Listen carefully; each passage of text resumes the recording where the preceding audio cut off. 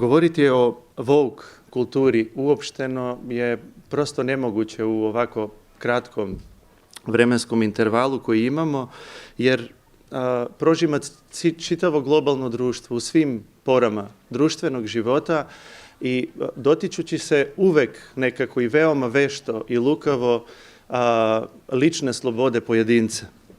Ta tobožna probuđenost, jer woke zapravo to i znači, i briga za žrtve iz prošlosti, dok se žrtvuju neistomišljenici i sadašnjosti svim mehanizmima takozvane cancel culture, kulture otkazivanja, potpunim odsecanjem iz društvenog života i ocrnjivanjem bez ikakve mogućnosti za iskupljenje, što se nisu pokorili ili, eto, usudili se biti kritični ili na bilo koji način stati na put ovom religioznom kultu totalitarnog karaktera. Kao glavne karakteristike woke kulture možemo pomenuti ekstremistički feminizam koji u svemu vidi mizoginiju i onaj krik, muška toksičnost koji zapravo označava mržnju ka muškarcima i ka muškom rodu, pojam koji i kritička rasna teorija, takozvana bela prevlast, migrantska kriza, klimatske promene, ima puno toga. Ali ono što je važno pomenuti i što će biti glavni sadržaj mog izlaganja je to da su u fokusu ove propagande i ove ideologije stavili, bar u našem regionalnom kontekstu, rodnu teoriju čiji smo neki finalni oblik mogli da vidimo u onom mainstreaming konceptu koji se zove rodna jednakost i koji je zapravo glavna ideološka matrica svih takozvanih rodnih zakonskih rešenja koji se već rasprostiru kroz čitav svet. Ja svakako ovde ne bi mogao govoriti u kontekstu srpskog zakona o rodnoj ravnopravnosti zbog toga što s jedne strane nisam ozbiljno analizirao zakonski tekst, a s druge strane što vidim da su ovdje itekako prisutni ljudi što su se puno ozbiljnije i temeljitije bavili sadržajem teksta ovog zakona. Ja ću govoriti o iskustvima zapadnih društava gde su zakoni o rodnoj jednakosti dali i još uvek daju svoje gorke plodovi, svakako u kontekstu ličnog iskustva koje smo imali dole u Makedoniji sa dva predlog zakona o rodnoj jednakosti i zakon za izmene i dopune matične evidencije. Pojam roda danas i zadnjih 10 godina je ozbiljno kompromitovan, a rekao bi i kontaminiran u odnosu na njegov značaj kroz čitavu ljudsku istoriju, u lingvistici, u gramatici i to je izuzetno lepa reč koja uvek ima pozitivnu konotaciju, pozitivan kontekst u našem mentalitetu, pogotovo u hrišćanskom. Jer se sa ljudskom rodu poistovetio sam Bog. I sve ovo kažem jer ovi izuzetno lukavi i perfidni ljudi, kreatori ove rodne teorije, nisu tek tako i slučajno odabrali baš ovu reč. To nije slučajno.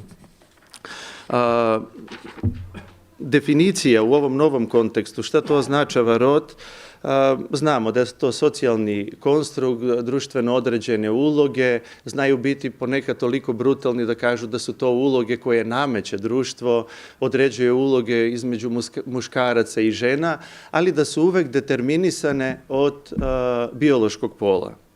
Dok u stvari nije tako. To je jako konfuzna definicija, jako fluidna, kao što je fluidan i rod i baš upravo ovakvo definisanje roda omogućava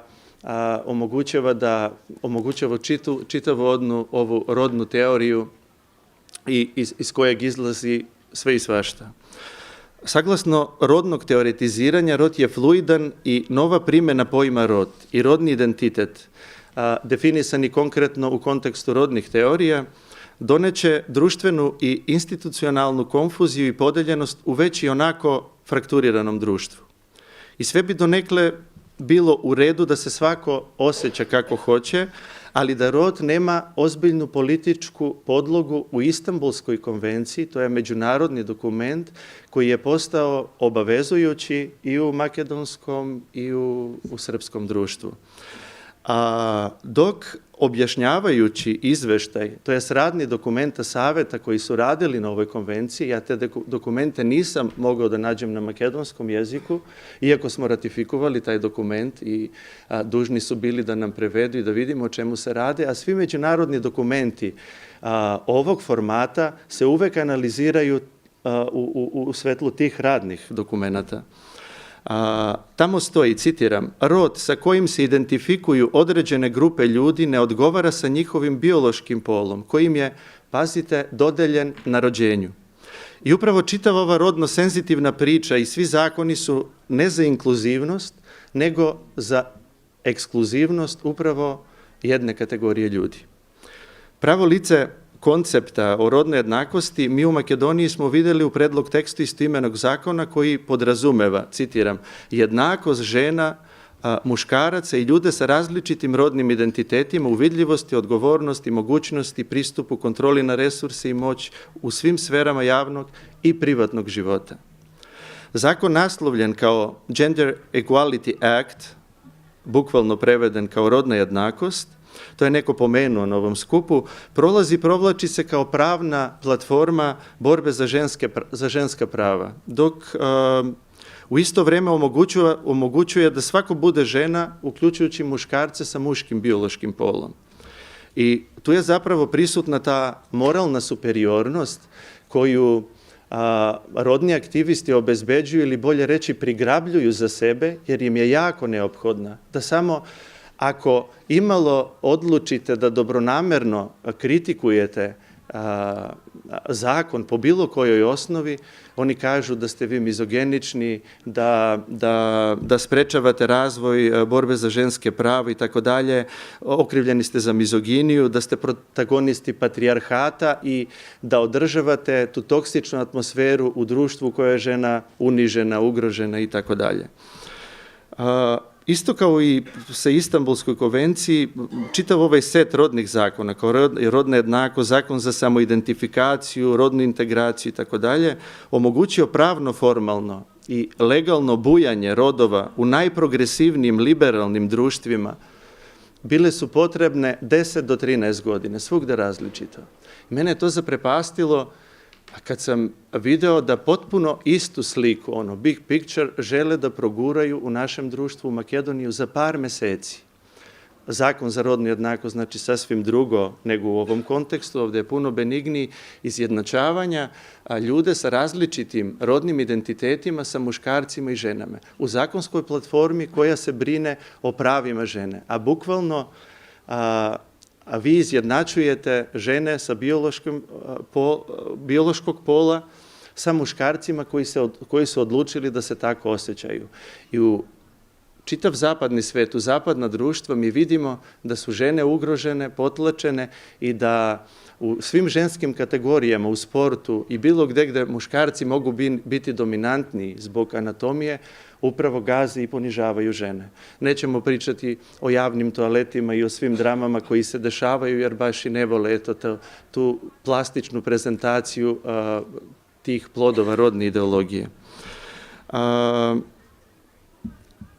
Šta je po definiciji rodni identitet? To je unutrašnji individualni doživljaj sopstvenog roda što svako lice osjeća duboko u sebi, što može, ali i ne mora korespondirati sa biološkim polom koji, pazite, nam je dodeljen pri rađanju.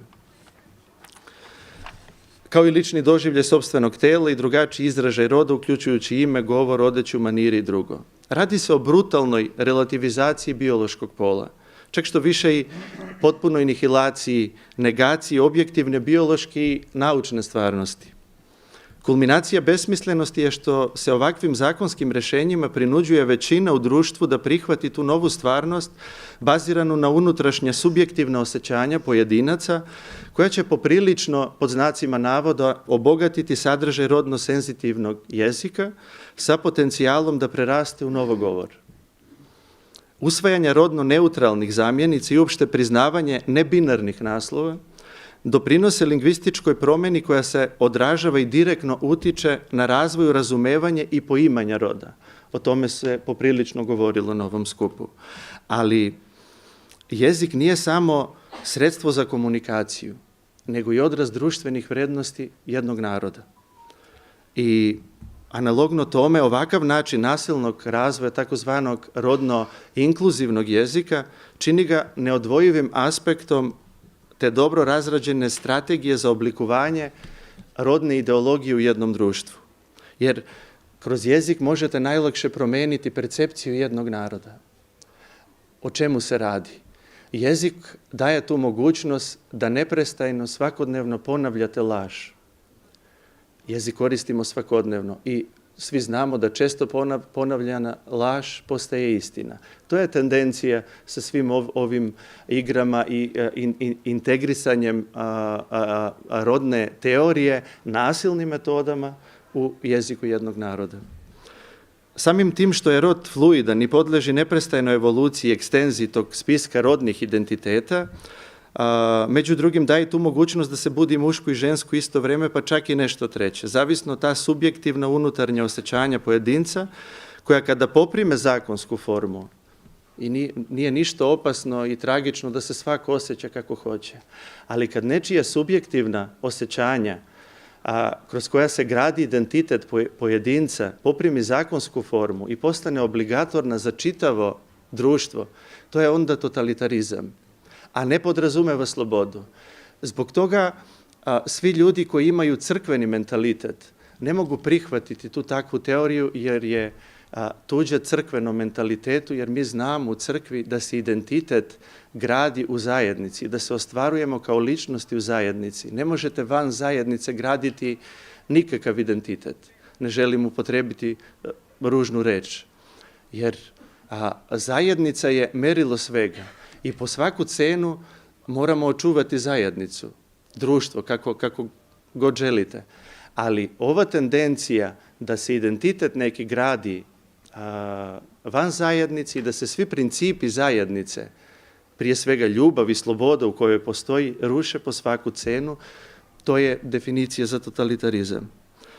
Ono što je bilo najskandaloznije, bar po meni, u ovom našem nesrećnom zakonu, predlog zakonu za sad, za rodnu jednakost, gdje su definicije i objašnjenje pojmova sadržani u zakonu, to je da pojmi žene, muškarci i lica sa različitim rodnim identitetima obuhvata, pazite, i lica do 18-godišnjeg uzrasta. I to i ne zvuči s prve kad ne razmislite dobro tako strašno, ali svi pravnici pretenduju da strogo definiraju stvari u zakonskim rješenjima, pogotovo kad se radi o deci. Pazite, mi u ovoj i ovakvoj definiciji nemamo donju granicu. To mogu biti deca od 2, od 3, od 4 godine, od 5 godine i tako dalje. Ta tendencija razvoja rodne teorije, evo ovo nisam planirao pomenuti, ali pomenut ću najnoviju klasifikaciju Svjetske zdravstvene organizacije o pedofilima. Tu reč više ne smete upotrebiti i pomenuti sve do trenutka dejstva. Koristi se jedna kraćenica, MAP, minor attracted persons, ličnosti, lica koju privlače maloletnici. I sa progresijom ove rodne teorije i ideologije primećuje se trend liberalizacije pedofilije u čitavom globalnom društvu. To je apsolutno, imate referenci koliko god hoćete. Da. Tako da ono što je fokus, ili bolje reći target rodne ideologije i propagande, nismo mi, jer naš pogled na svet niko ne može promijeniti, znate, kasno je. Ali deca su target ove ideologije. Zato zakonski koncepti za rodnu jednakost u zapadna društva, pa i ovaj naš predlog zakona u Makedoniji, podrazumevaju obavezujuće rodno, senzitivno, sveobuhvatno, seksualno obrazovanje još od vrtića. I ti udžbenici i koncepti takvog obrazovanja više nalikuju na neki pornografski sajt nego na bilo kakav drugi koncept koji treba da obrazuje i oblikuje mlade naraštaje. a to podrazumeva u bliskoj budućnosti i redefinisanje društva. Jer kažemo da svet mladima ostaje.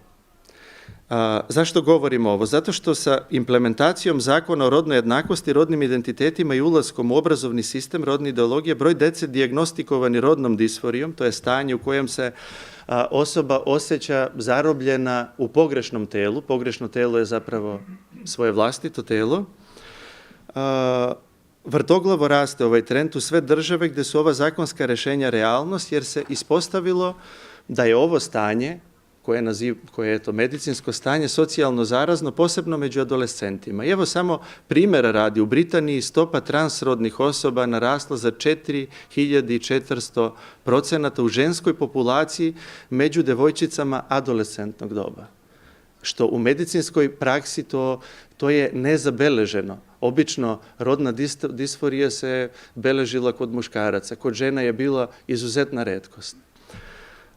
Tako da taj trend transgenderizma u svakoj normalnoj situaciji bi upalio sve crvene alarme. Znate, šta je to što se događa? Jer to su ozbiljni istraživački radovi u medicinu kojim treba da se bave medicinari. Način na koji se pomaže, po znacima navoda, toj deci je prilagođavanje biološkog pola rodnom identitetu. To je izuzetno bolan i mučan proces tranzicije koja podrazumeva takozvane hormonske terapije, blokatore puberteta, hirurške terapije koje podrazumevaju sterilizaciju i uklanjanje potpuno zdravih delova tela. To je genitalno sakaćenje i konstruisanje potpuno novih polnih organa suprotnog pola koji su najčešće nefunkcionalni. Nećemo govoriti uopšte na ovom skupu o monstruoznom izgledu čitavog ovog procesa, a ni o etičnosti, ali sigurno da ovakve, pod znacima navode, terapije otvaraju široka vrata za transhumanizam na globalnom nivou. Ograničavaju se ili potpuno se oduzimaju roditeljska prava roditeljima koji na bilo koji način stanu na put ovom kasapljenju. Jer, dozvolite mi blagu ironiju, rodno senzibilisano društvo zapravo više brine i voli decu od njihovih vlastitih roditelja. To je realnost društava gdje su ovaj set zakona, takozvanih rodnih, postali realnost. Za to je najbolji dokaz takozvana gender affirming therapy, terapije koja afirmiše rod s kojim se identifikuje maloletnik, adolescent, i tu se najbolje vidi koliki pritisak vrše transaktivisti na medicinsku praksu u čitavom svetu. Zato ako vi kažete detetu koji se identifikuje sa bilo kojim drugim rodom da se zaustavi, da razmisli, što obično biva kad roditelji govore svojoj deci o puno drugim stvarima koji se mogu popraviti u životu, onda taj psiholog se smatra da sprovodi konverzionu terapiju, i to je krivično delo u mnogo društva. U tom kontekstu, dok smo u Makedoniji kritikovali zakone, često smo mogli čuti da je ovo autodestruktivna ideologija, da ne treba puno dizati prašinu i baviti se time, da će ona propasti i urušiti se sama od sebe jer je neprirodna, da anulira antropološke datosti. Sve to stoji i sve je to istina. Ali da li treba da stojimo skrštenih ruku i da čekamo da se uruši ova ideologija? Jer znamo da su se sve ideologije u ljudskoj istoriji, pogotovo ovakve totalitarnog karaktera, urušivali sa puno krvi i sa puno žrtava. A u ovoj ideologiji, u ovoj propagandi žrtve su zapravo deca. I izgubljeni i uništeni samo jedan dečiji život, samo jednog uništenog dečijeg života nije vredan čitav svet. Zato je izuzetno važan kvalitetni društveni dijalog, ali bez uticaja rigidnih i, mogu reći, ostraštenih aktivističkih woke krugova koji prinuđuju na samocenzuru i muk svaku zdravorazumnu misao i kritiku. U takvoj društvenoj atmosferi gdje su woke aktivisti merilo zdravog razuma, jednostavno nije moguć dijalog jer se život svodi na borbu za slobodu govora i slobodu mišljenja. Znate, neko je to pomenuo da je zapravo sloboda govora i govor uopšte jezik artikulacija misli. Kad vam zabrane i zabranjuju da se izrazite slobodno, onda ne možete ni da mislite slobodno. E sad, evo završit ću time, pošto glasnogovornici ove propagande i ideologije su jako osjetljivi i žele pričati i govoriti o senzitivnosti, ja ću samo reći da je crkva i svi mi u njoj, da smo jako senzitivni i osjetljivi po pitanju slobode ličnosti. I verujem da je to i zbog toga i inicijativa njegove svetosti, jer se svi nekako smatramo da nam je ugrožena sloboda. A crkva u ovom nepostojanom svetu stoji već vekovima kao nepokolebivi čuvar ličnosti. Zato što ličnost je voljena u crkvi i ljubav uvek podrazumeva slobodu. I mi u crkvi živimo u toj realnošću i svesnošću jer znamo kako smo oslobođeni od svakojakih ropstva i znamo cenu, skupocenu cenu kojom smo oslobođeni, a to je prečista krv Bogočoveka Hrista koji nas je otkupio svojom krvlju. To je preskupa cena da bi tu svoju slobodu dali tako da bi postali robovi ljudima, bilo kakvih ljudskih ideja, ideologija, propaganda i tako dalje. Hvala vam na pažnju.